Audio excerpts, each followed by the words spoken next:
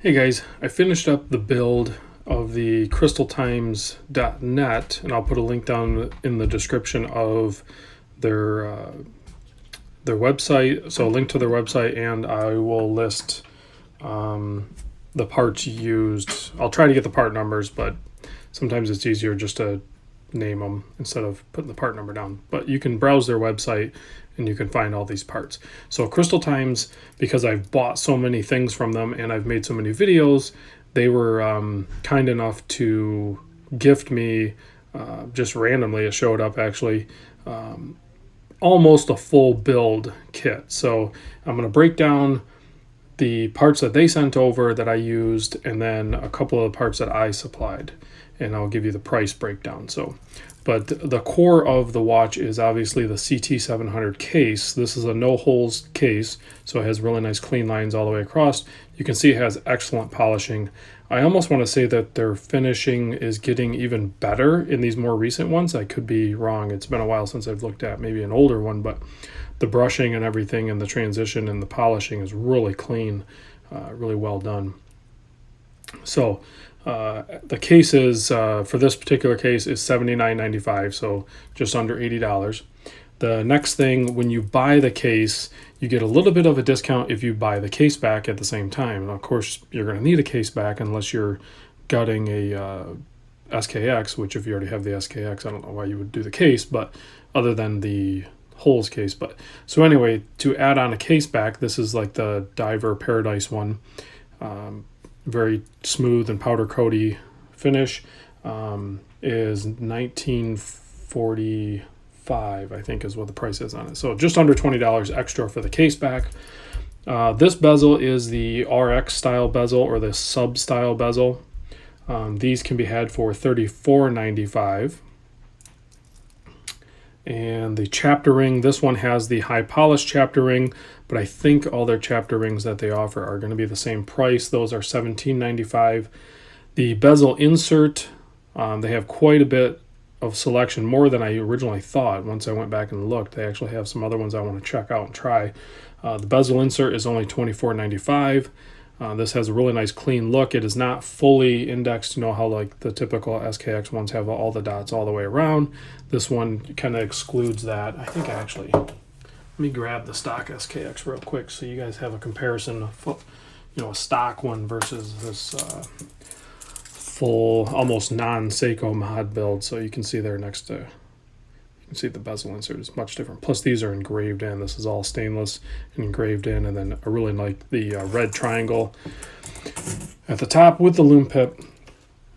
So I think I covered the cost on that. That's $24.95. The stem and crown assembly, if you look, it's actually maybe a touch bigger than the factory one and a little bit different coin edging on it. So plenty easy to operate. This one also has the engraved, laser engraved S in there, and it's filled with white enamel or paint. And then this one was a pre-assembled full assembly to work with the NH movements, and it's backwards compatible too. So those are just under $30 at $29.95. The crystal, this is a sapphire crystal, flat crystal with the factory Seiko bevel edge to it, similar to how the Hardlex is, if that makes sense. Basically the same kind of format, fit and finish. I'm not sure which AR this has. I don't know if it's clear or blue or no. You can get it in whatever configuration you want. This might have no AR coating on it. I could be wrong. So the crystal is $41.95, so just under $42. And then the dial is what they call a ct700 dial, and that is $29.95. And we'll talk a little bit more about the dial towards the end when I give you a Lume shot, but it is a really nice flat black dial with the, you can get it with the red date surround or without, and it's pretty sterile. And the Lume on it is actually pretty good, but I do notice, and you'll pick it up when I do the Lume shot, there is some deviation. It's not consistent across all of the indices. So hopefully they can work the bugs out on that. And I think they'll have some pretty cool dial configurations to offer in the future. I don't think it's a deal breaker, but you do notice it. You know, like I think a couple of these over here are less intense than the other ones. So I think they need to get that sorted out, and it'll be a really good dial. So that completes the list of the parts that Crystaltimes sent over, and that total is $279.10. Now, what I added were these factory Seiko hands. These are off like a SNZ or something. I can't remember what they were off from, but really nice standard sword set. You can pick these up. Sometimes I found a couple sellers on eBay. You can pick them up for like $20. So I think it's a really good hand set, polished with a really good factory Seiko Lume for a $20 hand set. The movement is the NH35, which I picked up off another eBay seller, which I'm going to do a separate video on that because I bought a bunch of stuff from them and I want to talk about them, and I think they're a really good source. But that movement, the NH35, which is a date only, was $39.75.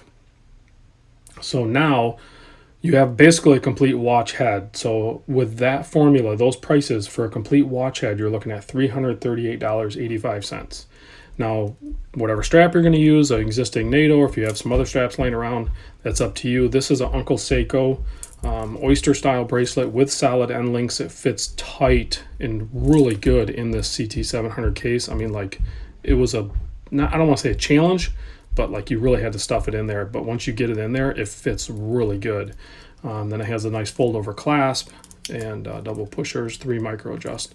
So nice bracelet, push pin design, very easy to size up and very comfortable, nice taper. So these bracelets are only $69 from Uncle Seiko. So I'll put a link in the description for that.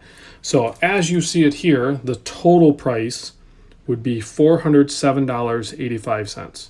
But you have, hand or winding and hacking and a custom one-off look. So although it be a little sterile, some people may like that, some people may not. It is what it is. But you have a pretty unique watch that you can do. I mean, obviously you could do whatever combination of dial and hands and everything like that you want, and the rest of it is all there. But figured I'd give you a breakdown and show you what it looks like. This will be a giveaway watch once I pass the 20,000 subscriber mark. So I'm not sure how I'm gonna do that giveaway, but I also noticed that too. The other reason I picked this bracelet is because you guys know I like it when it articulates out right away. So, and I like supporting Larry over at Uncle Seiko. So anyway, guys, that's the way it is. Crystaltimes.net. Big thanks to you guys for donating these parts. And then I, put in whatever that is, like 70, I don't know, a little over $100 or something into my own money.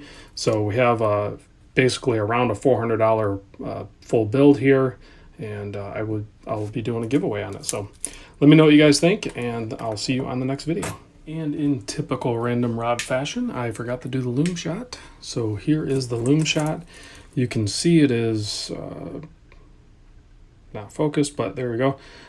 Nearly as bright as the factory Seiko handset, but you can see there's a slight deviation on a few of the indices. It is not horrible. I probably made it sound worse than it really is. It's actually pretty good, guys. It's not like a deal breaker at all. But I would hope to see maybe a stronger formula or a little more applied or something like that. But it's actually really good overall. I mean, here's a factory SKX, so you can see it's pretty good. All right, thanks.